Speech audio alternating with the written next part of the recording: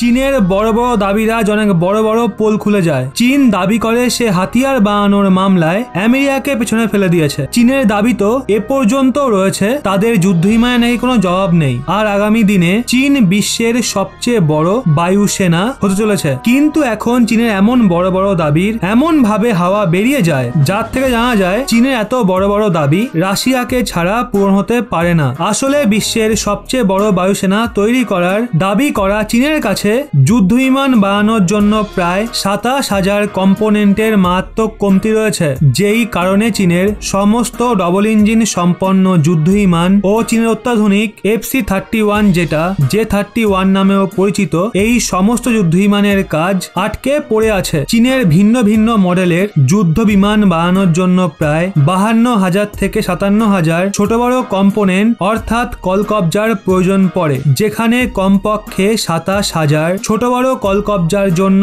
চীন পুরোপুরি রাশিয়ার ভরসায় থাকে। আর এর মধ্যে প্রায় 12,000 ছোট বড় কলকবজা যুদ্ধ বিমানের ইঞ্জিন বানানোর জন্য চীনের দরকার। যদিও চীনের যুদ্ধ বিমানের ইঞ্জিনে কতগুলো কলকবজার প্রয়োজন আছে এই ব্যাপারে তো জানা নেই, কিন্তু আমেরিকার ডবল ইঞ্জিন সম্পন্ন যুদ্ধ বিমানে কম করে 27,000 ছোট বড় পার্টসের প্রয়োজন পড়ে। তো সম্ভব রয়েছে এরই ধারে কাছে চীনেরও নিজের ইঞ্জিন বানানোর জন্য ছোট বড় পার্টসের প্রয়োজন পড়বে। এখন এক্ষেত্রে সোজা ভাষায় বললে রাশিয়ার যুদ্ধে আটকে পড়ার কারণে চীনের যুদ্ধ বিমানের প্রয়োজনা মুখ থুবড়ে পড়েছে। মানে এখন কোথাও না কোথাও ভারতের তেজস যুদ্ধ বিমান বর্তমান সিচুয়েশনে ডেভেলপমেন্ট প্রয়োজনার মামলায় কোথাও না কোথাও চীনের থেকে ভালো পজিশনে রয়েছে, কারণ ইঞ্জিনকে ছেড়ে ভারতের তেজসে ব্যবহার হওয়া প্রায় সমস্ত ছোট বড় পার্টস ভারতেই তৈরি করা হচ্ছে। এমনকি শুরুতে যে রেডার সিস্টেম এবং পার্টস ইসরায়েলের থেকে কেনা হয়, এখন সেগুলোকেও ভারতে তৈরি করা হচ্ছে। কিন্তু আজ ওই চীন